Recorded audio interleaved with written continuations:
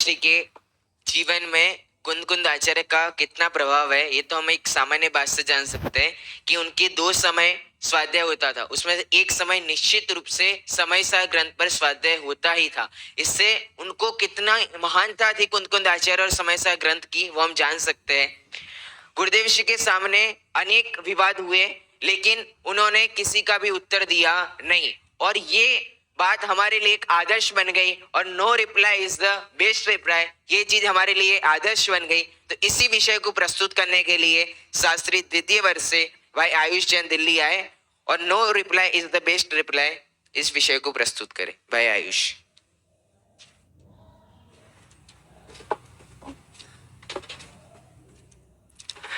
अहोपकार जिनवरनो कुंदनो ध्वनि दिव्यनो जिन कुंद ध्वनि आप्या अहो ते गुरु कहाननो।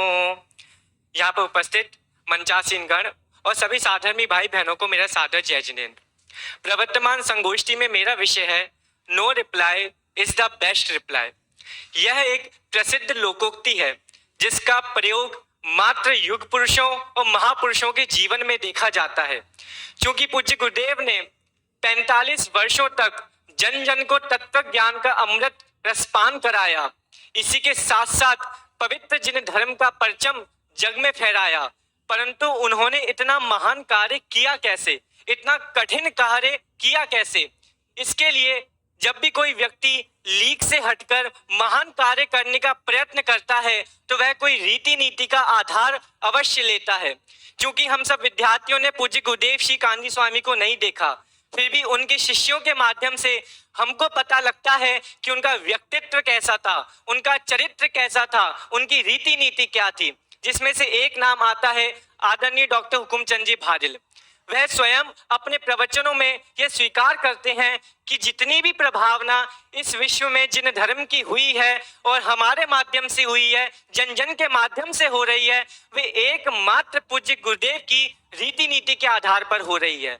तो आइए जानते हैं क्या थी उनकी रीति नीति। सर्वप्रथम पूज्य गुरुदेव श्री हम सबको समझाते थे कि हमारा अमूल्य जीवन तत्व ज्ञान को समझने और समझाने में ही व्यतीत होना चाहिए। हमें किसी के साथ उलझना नहीं है और किसी को उलझाना नहीं है।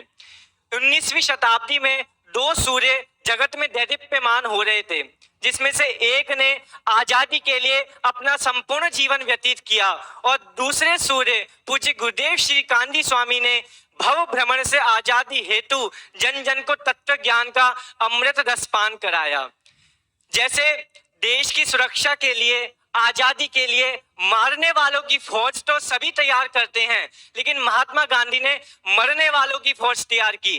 उनकी रीति नीति गोली का जवाब गाली से भी नहीं देना, वही रीति नीति पूज्य गुरुदेव ने अपनाई। उन्होंने विद्वानों को एवं जन जन को, मुमुक्षुओं को यह समझाया कि मार्ग अपने लिए है, मार्ग सबका नहीं होता। जो इस मार्ग को समझता है मार्ग उसका होता है। इसलिए हमें किसी के विरोधों का उत्तर दिए बिना, विरोध किए बिना अपने मार्ग को समझना है और जन जन को समझाना है। अब मैं आपको कुछ घटनाओं के माध्यम से अपनी बात को स्पष्ट करूंगा। जैसे पूज्य गुरुदेव जी के समक्ष बहुत सी पत्र पत्रिकाओं का प्रकाशन होता था, जिसमें से जैन गजट आदि पत्रिकाओं में विरोधों रूपी शब्दों का भंडार छपता था। फिर भी पूज्य गुरुदेव जी के समक्ष जब पढ़ा जाता था, वे सहजता से एकदम हृदय भाव से कहते थे, भूलेला भगवान आत्मा छे।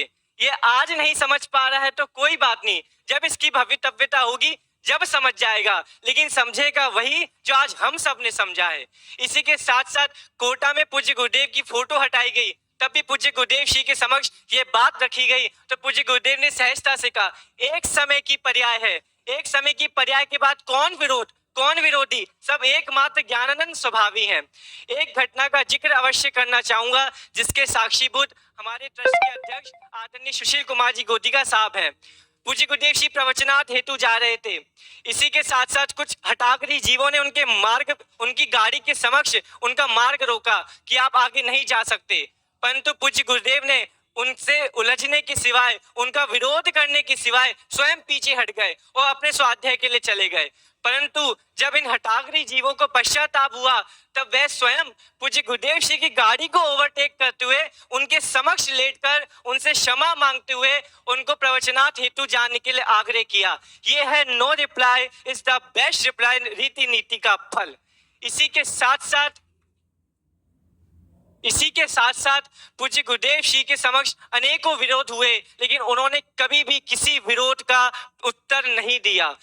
कुछ पंक्तियों के माध्यम से अपनी बात कहूंगा। वीरों का बस काम है लक्ष्य से भटके नहीं, नहीं बोले किसी से, मार्ग पर चलते सही, आंधियों से नहीं डरते, बढ़ चले जिन मार्ग में, ऐसे वीरों का हो अद्भुत जिक्र हो इतिहास में, जिक्र हो इतिहास में। पूरे भारत में एक पॉलिसी चलती है, हमें पापियों को नहीं जीतना, हमें पाप को जीतना है। परंतु पूज्य गुरुदेव ने हम सभी को एक कदम और आगे चलकर हमको एक बात सिखाई, हमें विरोध को नहीं जीतना, हमें विरोधियों को भी नहीं जीतना, हमें मात्र अपने स्वरूप को जीतना है। जो मोहरा देश रूपी सेना ने हमारे स्वरूप पर आक्रमण किया है, हमें उससे अपने स्वरूप को जीतना है। यह बात पूज्य गुरुदेव जी ने हम सभी को समझाई। पूज्य गुरुदेव जी के समक्ष अनेकों विरोध हुए, परंतु उन्होंने कभी भी कोई विरोध का कभी उत्तर नहीं दिया।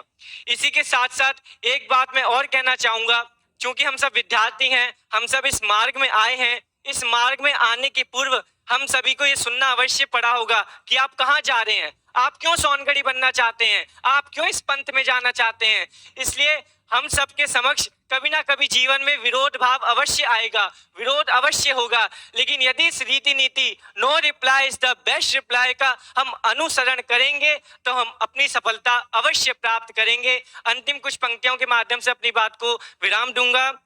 जिसने बताया जगत को क्रमबद्ध है सब परिणमन, पर द्रव्य से है पृथक पर हर द्रव्य अपने में मगन, स्वाधीन है प्रत्येक जन, स्वाधीन है प्रत्येक कण, गुरु कान का संदेश धर लो, कान जग के भव्य जन, कान जग के भव्य जन। अस्तु। जय जिनेन्द्र।